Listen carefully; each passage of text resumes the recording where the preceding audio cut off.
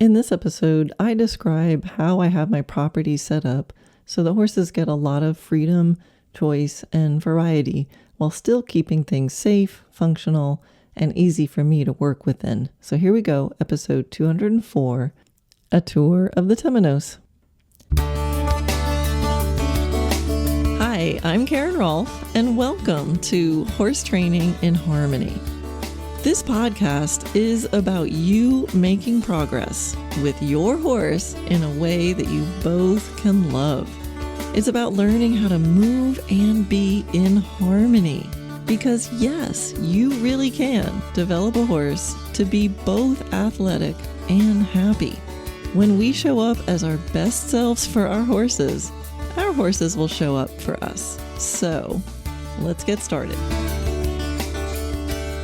So I love it when people send in suggestions for podcast episodes. We look at them all, and the best way to do that is to email me. There's also a way you can leave an actual audio recording of a question, and I'll leave the link to that in the show notes. But yeah, I'm always really happy. Some ideas I immediately will do, some I tuck away for later. But anyway, I appreciate the ideas and suggestions, so keep them coming. So this episode came from somebody leaving a suggestion, and they just made a request, actually, of could I describe how my place is set up and why. So I thought, I don't know, that might be interesting. I'm happy to talk about my place. It's so funny. It's like when someone walks in my house, I always say, the obligatory, excuse the mess. And when I talk about my place, my property, I always feel like I have to say, like, it's not fancy. And it's so weird. I still have in this head that like, oh, I'm supposed to have this fancy place. So anyway, that popped into my head. So I'm just going to say it's not fancy. Like there's no brass knobs or porcelain feed tubs here.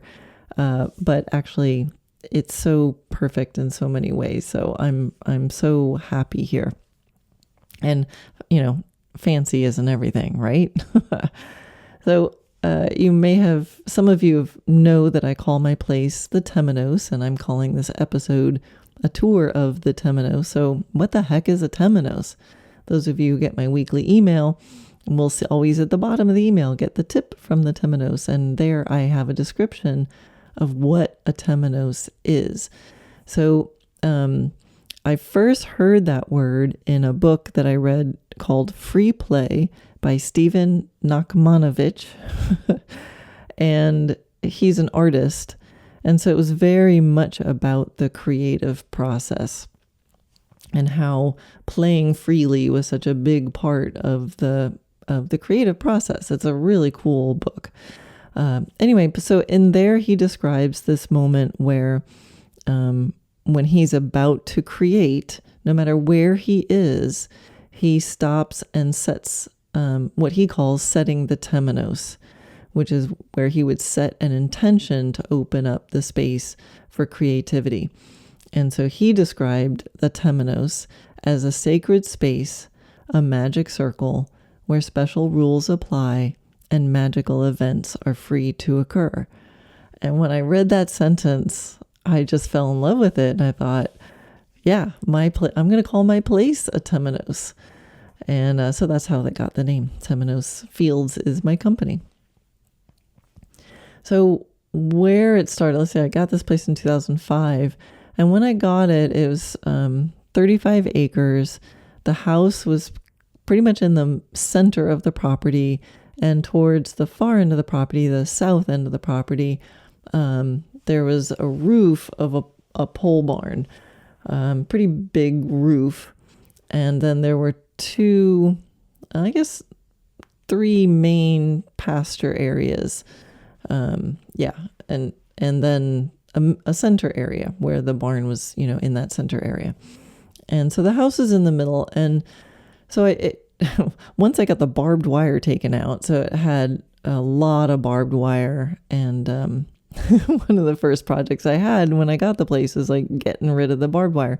So I actually hired some people to take it all down. And then I had a pickup truck full of coiled up barbed wire. And I remember having to go to the the landfill and, got up there to dump out the barbed wire. And I was like, oh, I don't have gloves and I'm wearing shorts and flip-flops. So there was this really, probably very comical scene of me at the top of the landfill with all the other trucks and bulldozers. And I'm up there like tiptoeing around in my flip-flops and shorts with my little fingers trying to like pick up the coils of barbed wire and throw them out without slicing myself up. So anyway, that was the first thing we did, is take out the barbed wire. But the other fencing on the property is what we ended up sticking with and using throughout the property, which is the no-climb wire fencing, which is, small openings so horses cannot get their feet through it. And then a top board, or sometimes not a top board, but just electrobraid on some of the bigger pastures. And that has just worked really well. So it keeps the horses in, it keeps them from sticking legs and heads through the fence, and the maintenance is pretty good. So with the electrobraid, there's maintenance with that. You got to keep checking to make sure that it's getting a charge. But I find that's just a super way, for long-term maintenance, because they don't lean on it, they don't push on it, they don't stick parts through it. And it's been lasting really well. So I'm super happy with that. The other thing we have on some areas is a 3-board fence. But like the external perimeters are all the no climb, and several of the pastures are the no climb. And it's also nice because it keeps the dogs in, right? So if my external perimeter fence line is all no climb, then even my 6-pound Yorkie poo can't get out. We do have to check that armadillos and foxes haven't made exit holes. Anyway, so here I was, and I have this, place that I could pretty quickly get horses on and have them be safe. And then, I had to build the place up. So, I had to think about what are my considerations, right? So safety, number one. And then as much freedom as possible for the horses. So which meant I wasn't going to be too quick to cross fence, right? There was whatever cross fencing was there, I didn't want to put any more in. And I knew I wasn't going to be a boarding facility where I needed to be able to turn out, whole bunches of individual horses. So I really made sure like I didn't automatically put up divide any pastures. So I wanted them to have a lot of freedom. Eventually I wanted them to have a lot of variety, and I wanted it to be efficient for me to move around and work in. So those were the main things that I had floating in my head. So anyway, I got some horses here, and they had the 10-acre pastures for them to go out in. And then eventually my horse Bubba, when he got older, he needed to kind of get away from the more rambunctious members of the herd. So I pulled him out and started to let him live loose in the main area. And I realized that I really liked that. I remember, but right now the house was kind of plunked in the middle of the main area. So one of the most delicious things about having that situation where my old retired horse was loose and could come right up to the house is I remember laying in bed and I could hear this sound of him grazing. I could hear him pulling the grass or ripping the grass through my pillow inside my house. And I remember it was so loud. I remember sitting up at one point going, oh my God, like it sounded like he was in the house. And then I couldn't hear anything. So I sat up, I couldn't hear anything. I laid back down, I could hear him. It was like the vibration of him ripping the grass with his teeth was coming through the ground, through the house, through the floor, through my bed, through my pillow, into my ear. And, after sitting up and laying down a couple times, I was like, oh my God, this is amazing. And I just laid down with this big grin on my face. Like I can hear my horses eating grass while I sleep. How amazing is that? Now, that was all amazing until I realized, like, oh, how about I plant some things around the house, and then Bubba would come and pull them up. And, you want like horse safe things planted there, which decreased the number of things I could plant. So I was like, oh, the ornamental grasses, I'll plant those. And then I planted like 20 of them, and then watched Bubba come over. He waited till they were all planted. And then he walked over and just pulled them all out. He's like, pulled it up and goes, ugh, that doesn't taste right. Pulled up the next one. Ugh, that doesn't taste right. And I'm like, yeah, I guess I should have been able to see that coming. And then, of course, I have to start letting other horses loose. And then, Ovation gave my truck a nice big bite mark. And so eventually I thought, well, maybe, just maybe, I should block the house off from the what has now turned into a pasture. So I ended up basically building a round pen around my house. So the whole main area was horse friendly with a round pen around my house. And eventually we edited that. When we put an addition on our house, we had to block it off more so that the workers could all get in there. And at that point I thought, I really should redo this permanently. And I wanted to make sure that the horses couldn't get anywhere near the external gate, right? So I just thought the risk was too high to have the external gate to the property be in a pasture. So that's when I made more of a fence line adjustment. And now you can come in through the gate, get to the house area, and the horses still have access to everything else in the main area, but not that. So I finally figured that out. So maybe I should paint a little picture of like coming to my house. So you're driving on the main road that it's off of on the north side, and you pull up the driveway, and that driveway goes up in between two pastures. So kind of 5-ish acres on one side and 10-ish acres on the other side. So you're driving up this long driveway, get to an automatic gate, and then you drive into the house, the human area, where my house is, and the garage, and Dana's nursery, and all the plants there. And basically then you make a left, go through another gate, and that puts you in the main area, and that's how you drive back to the barn. So maybe I'll talk about the barn next. So like I said, there was just a pole barn roof there when I moved in. And so then I could, build something underneath it. And it's about, I probably should refresh my memory. It's about 60 feet long. And let's see, about 45 feet wide. Something like that. And so, I had all the, like, what am I going to do? What am I going to put under it? So I ended up building, on one end was the tack room, and then behind that a feed room, and then the aisle. And then on the other side of the aisle, across from the tack room, is a wash stall and a grooming stall.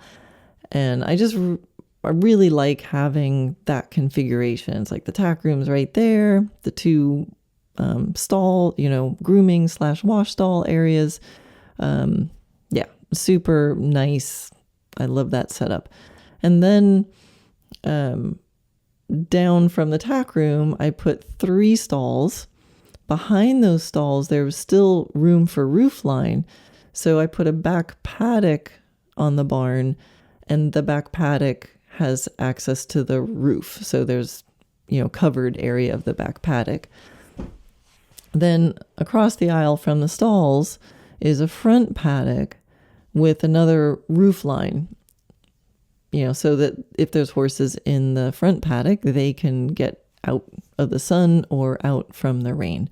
And so that's the basic configuration. Now, since then, because I don't use stalls that much, and I found that when I did use stalls, it was usually because somebody was injured or somebody needed to be in there, and I had the boards between the stalls such that I could take them out. And most of the time I ended up with a double stall and then an extra stall.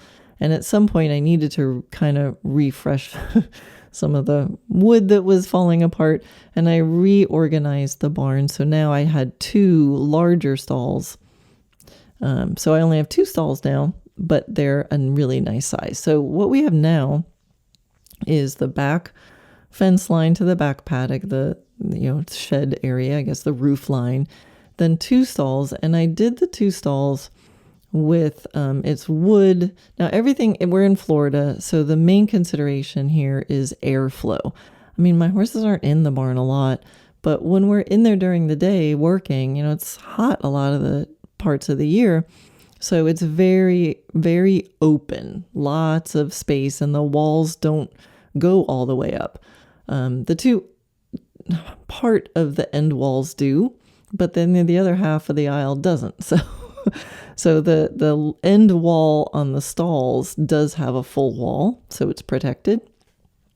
But across in the front paddock in the shed, it does not have a full wall. So we're in the stalls all have on the back wood up to, I don't know, 6 feet or so, 6-8 feet.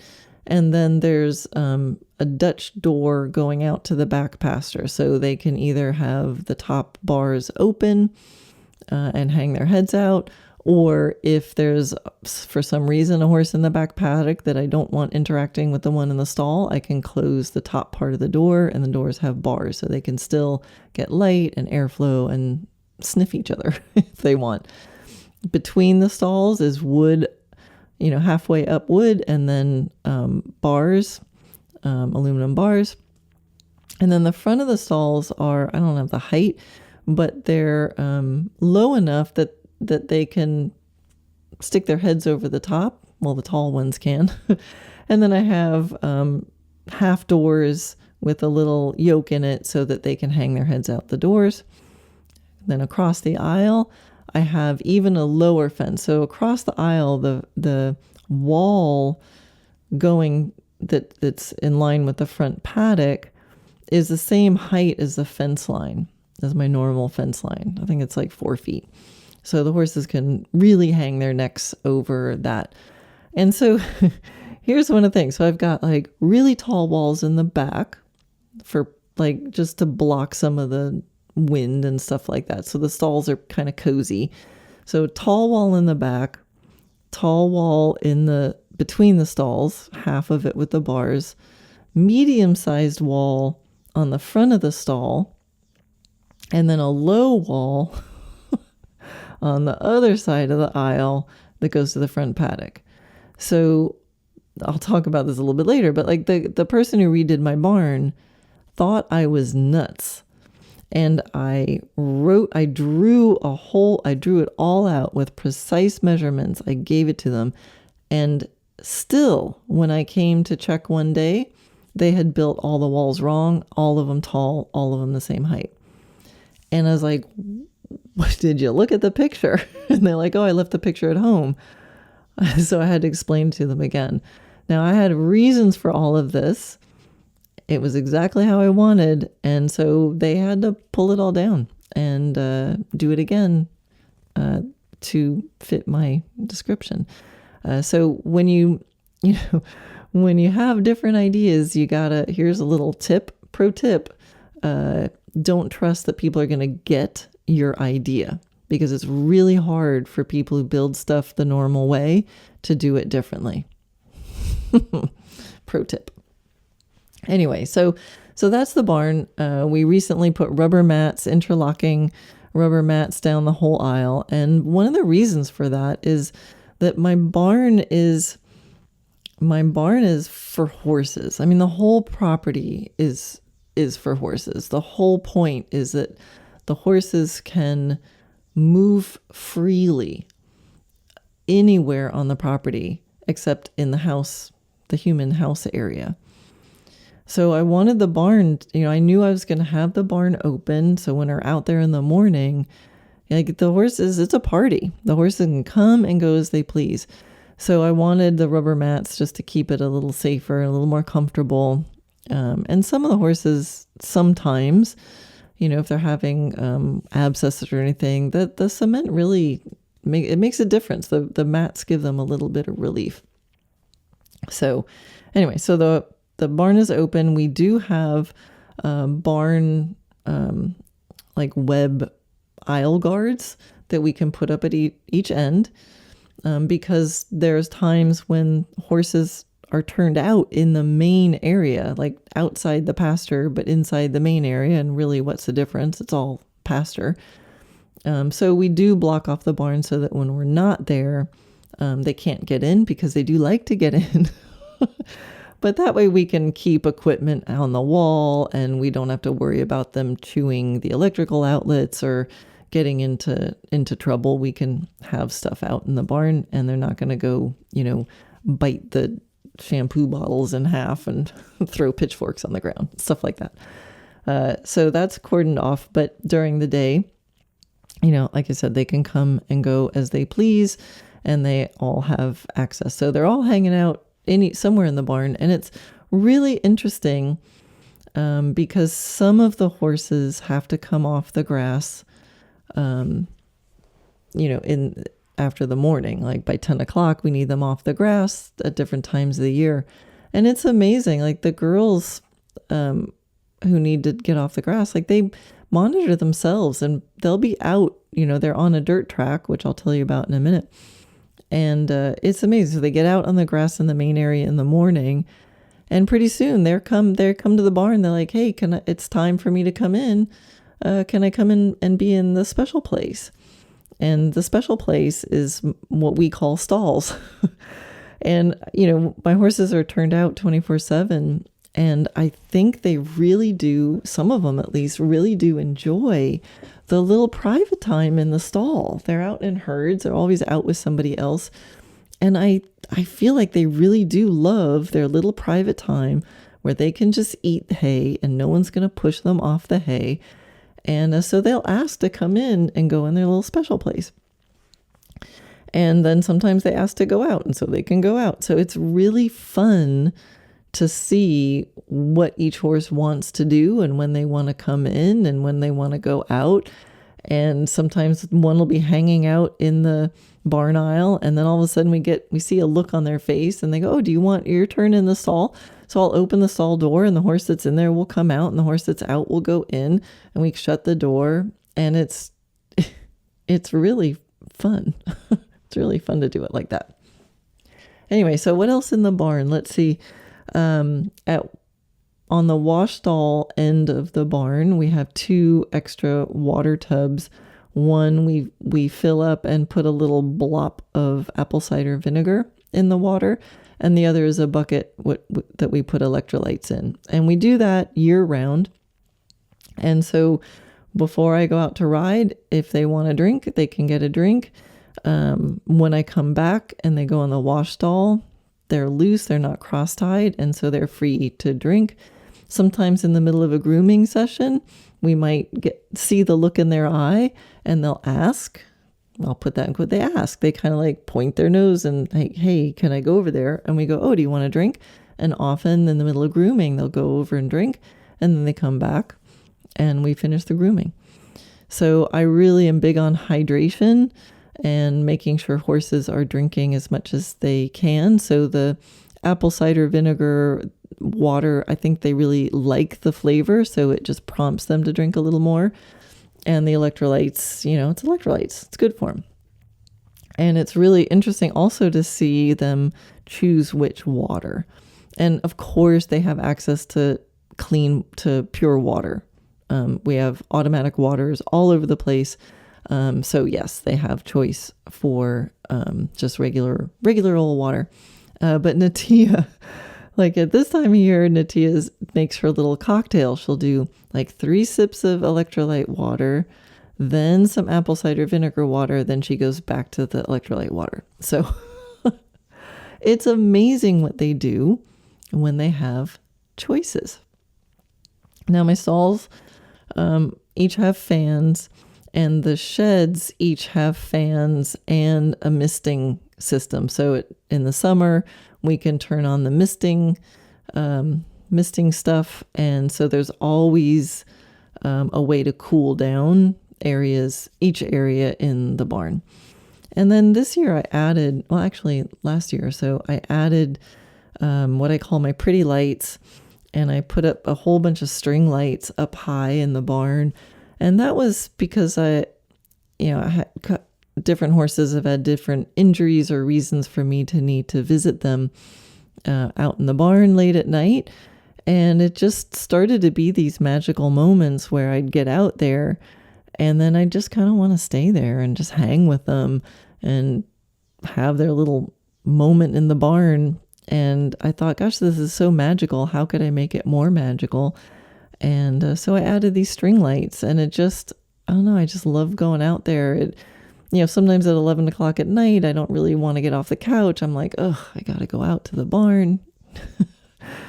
And then you get out there, and of course, then it's like horses. And I'm out there, combing my horse's mane and just schmoozing with them. And somehow the pretty lights just make a lovely moment even a little bit more magical. And so then let's see, what else? The manure, we have a compost system. So there's 3 bays of compost bays, and there's a little roof over that, and there's air blowing up through them.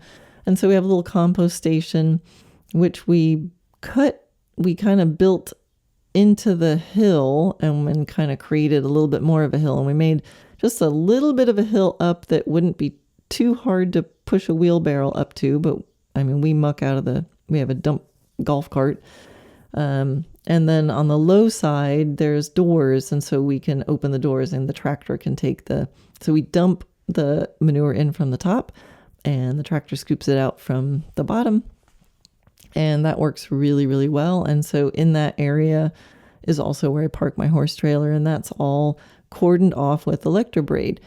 And so around the barn area, there are no vehicles, there's no equipment loose. Like everything is behind a gate or a fence or closed off around the barn area, so that the barn area is kind of inside a horse area, which is the main area of the property, and that acts as a pasture. So there's the flow from the barn, outside the barn, then pastures, is all entirely a horse safe area. And the only area that's not horse safe is the little tiny area I put around the house. And this is just so amazing because it allows me to play at liberty with my horses all the time, because it's just safe. They can get loose at any time and they're in a horse safe area.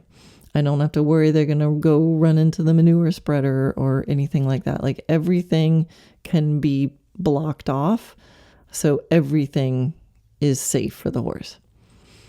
Now, it does make a little bit of a management thing, right? Because there's like always going to be a horse loose, and like which horses are loose.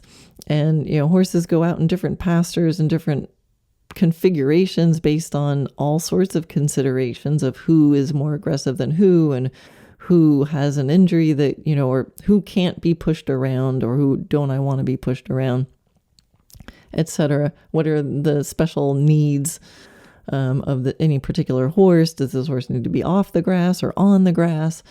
But then even if they're in separate pastures, some reason, then when they're all in the main area, somehow the main area has different rules according to the horses, because certain horses that I wouldn't turn out with each other actually get turned out together fine in the main area, which doesn't make sense to me, but it makes sense to the horses. So there's, there's this flow. But what that means is it's that things can get a little bit chaotic. We'll put it that way. It's like controlled chaos.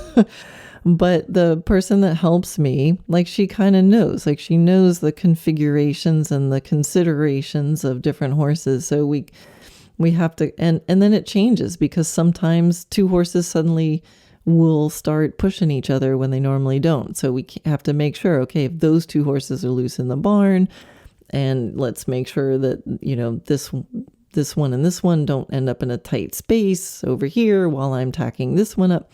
So it's less simple.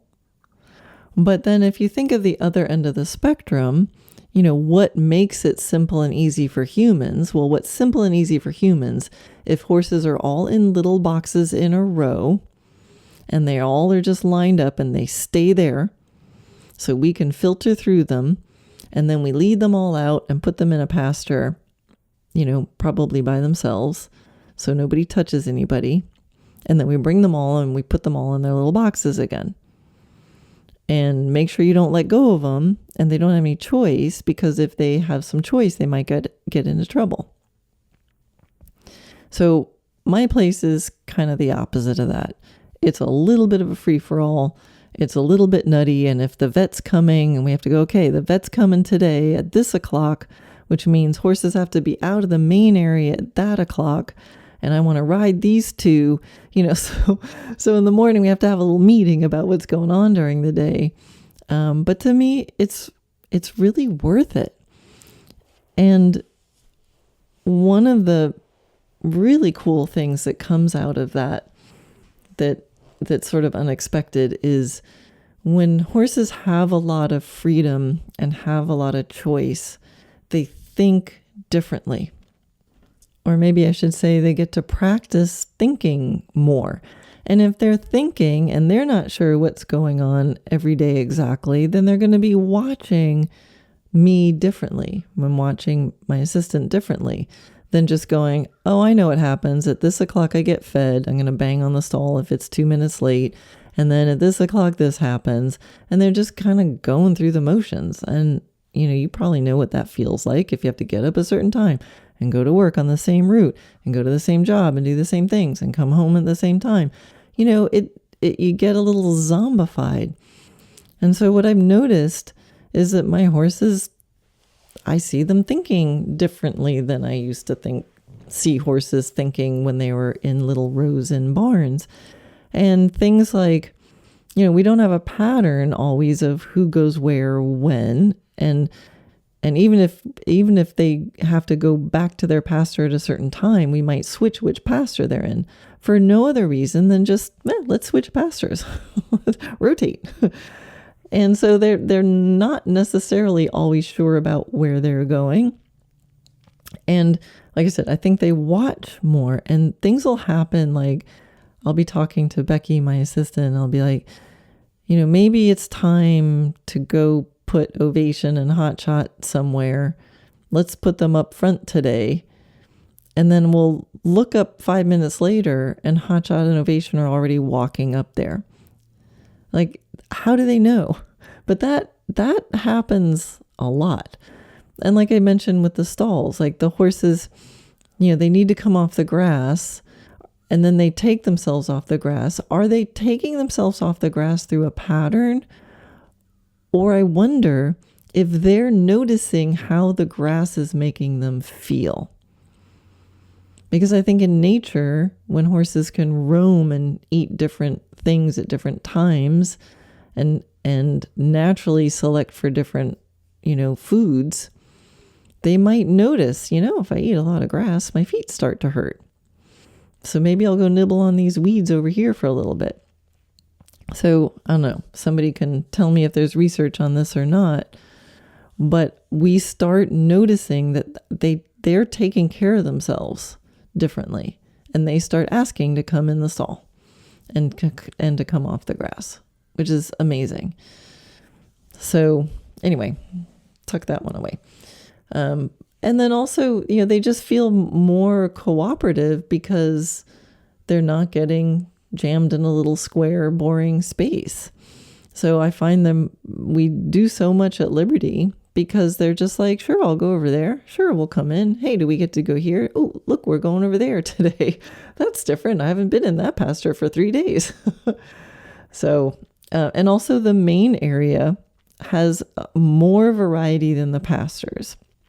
Now I'm starting to try to change that because I'm trying to grow more trees in the pasture and create a little bit of variety with what's growing out there. But the the pastures are pretty much, they're 10 acres, but they're big squares. And we laugh because on the weekends, they kind of just stay put. The horses stay put where they are. And the horse will be like, oh, let me out. I'm trapped in my 10-acre pasture. And I'm like, you guys are so spoiled. But they like the main area because of the barn, and there's a little more nooks and crannies and different little areas to go in. Anyway, okay, some other considerations. A bunch of years ago, when my mares started having trouble with laminitis, it was like, oh no, I've got to get them off the grass completely. And so we immediately took the grass out of the back paddock of the barn because it was just the easiest to do. But pretty soon I'm like, my horses can't live in the back paddock of the barn. Number one, I can't see them. And number two, it's small. And number three, it's really boring. Probably in a different order of priority there. But so that's when I started thinking about how to solve that problem. Like, how am I going to keep them off the grass and help them have an interesting life that has some variety and has opportunity for movement, and also that doesn't block my flow of functioning on the property. So I knew I couldn't just rip apart a big pasture. There's no way to keep up with that and keep the grass out. Grass just grows too easily here.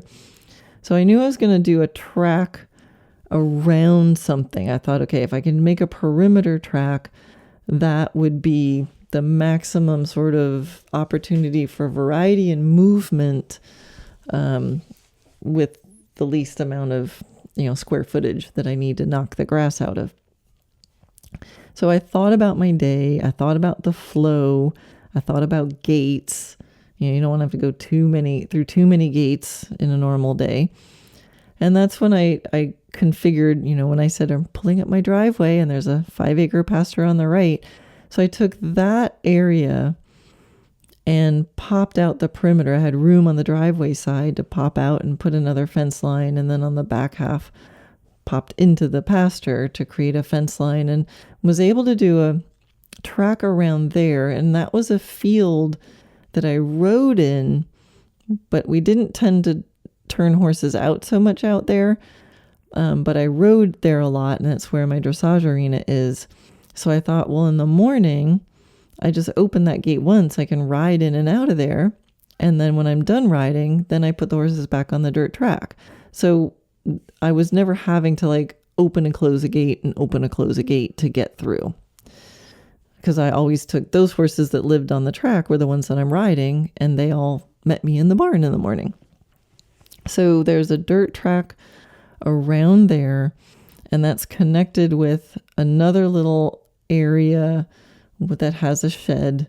All my pastures have a shed for them to get under. And then the other consideration we have that really affected those girls who needed to come off the grass was that in the fall, now the grass is sort of leveled out and calmed down, but then the acorns start. And the dilemma was that where I made the dirt track had a lot of nice shade because it's got a lot of oak trees on the perimeter. But then they drop acorns and they can't eat the acorns. So I found this other area that's connected to the track that has the shed, and I put electrobraid in this really weird shape. But the shape, when people ask me why did you do that? That's a weird amoeba shape. And well, if you look, it goes around the canopy of all the oak trees. So there is an acorn-free zone. And so some years it's not a big deal and they don't pig out on the acorns for some reason. And other years the acorns are just nuts and they suck them in like they're chocolate chip cookies. And then for that little period of time, they can stay in the acorn-free zone. It sounds complicated, but when I made the track, I made it so that I could gate off the acorn-free zone from the track, and it's actually hugely functional. So that's what I did. And so with the track going around a field, Then we play hide the hay net and kind of force them to need to walk further and go look for things. Now, another thing that I did when doing the track is I walked around and I looked at, another reason I chose that area was because I looked at like, well, where's the shady bits where the grass doesn't grow as easily anyway? Because we have a hard time keeping the grass from growing here. It's really, it's really strong. So on the one fence line, there were some trees with a big canopy and it made shade and there wasn't so much grass.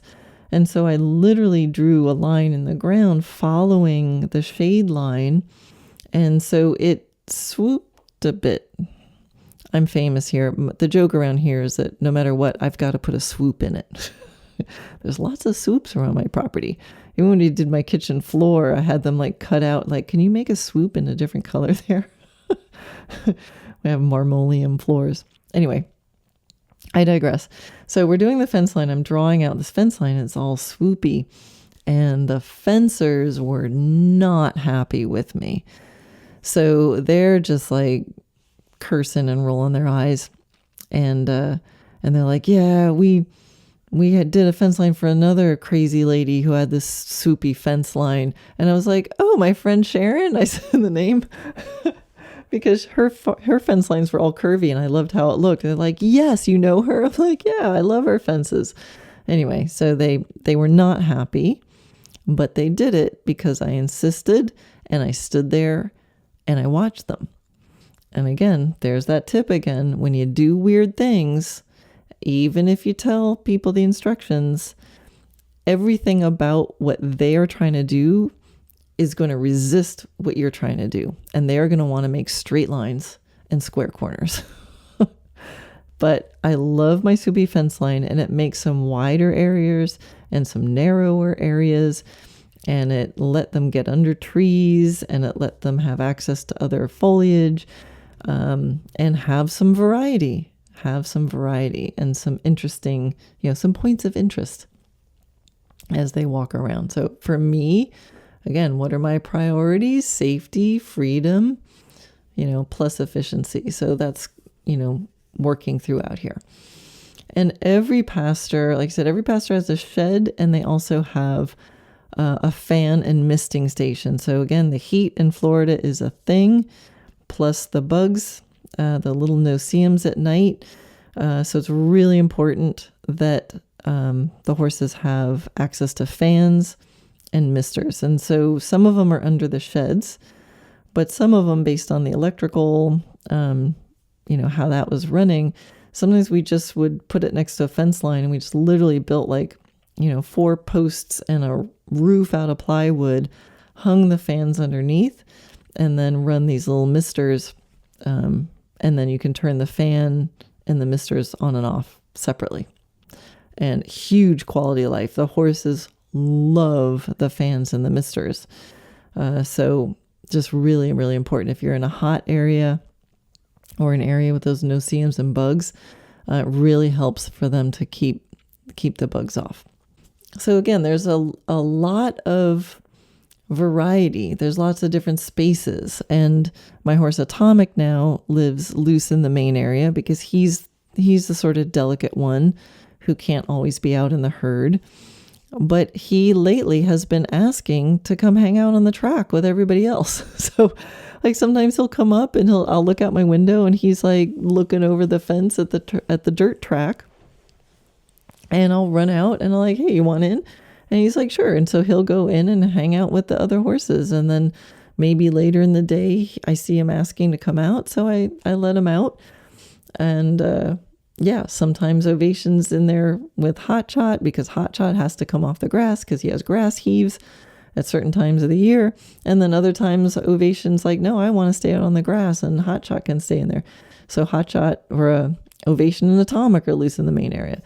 So there's management. They are safe. We are using our brains. We're not just kicking everybody out together to deal with themselves. There's definitely considerations of who goes with who where. But within that, we try to have as much variety as possible. and as much freedom as possible. And it's wonderful. It's like I said, it's controlled chaos, but it's fun. It's fun to see what they want to do. And it's fun, like when I'm having a lesson with somebody and then they kind of go silent and I look over and they're busy cuddling another horse who happened to wander into the arena as I'm having my lesson. And it's, to me, that's paradise. That's horses feeling like it's their place. It's their place, and I work within it, and my job is to be able to do this fun stuff that I want to do with them and take care of them and keep them safe and keep my stuff buttoned up, because it's a horse property. It's a horse property. It's not a facility for me to go do my thing and then, put horses in boxes and hang them on the wall like they're art. Like, this is their place. It's got to be all built for them. With horses in life, knowing why you want things a certain way will help you know what to do. So I want my horses to be safe, to have freedom, variety, and choice, and I want to be efficient and then get out of the horse's way. And having all of those things is a bit of a juggling act, but a fun one. So whenever I have a problem I need to solve, I sit with it for a bit, remember my priorities, and play with the possibilities in my head until one of those possibilities becomes the winner. And when people who need to build it roll their eyes at me or tell me my ideas are dumb, I ask them to explain why. If their reason is good, I listen and adjust. But if their reason is, well, because that's odd, and that's not good enough for me. And now other people who visit look around and tell me this is how horses should live. And that makes me feel wonderful.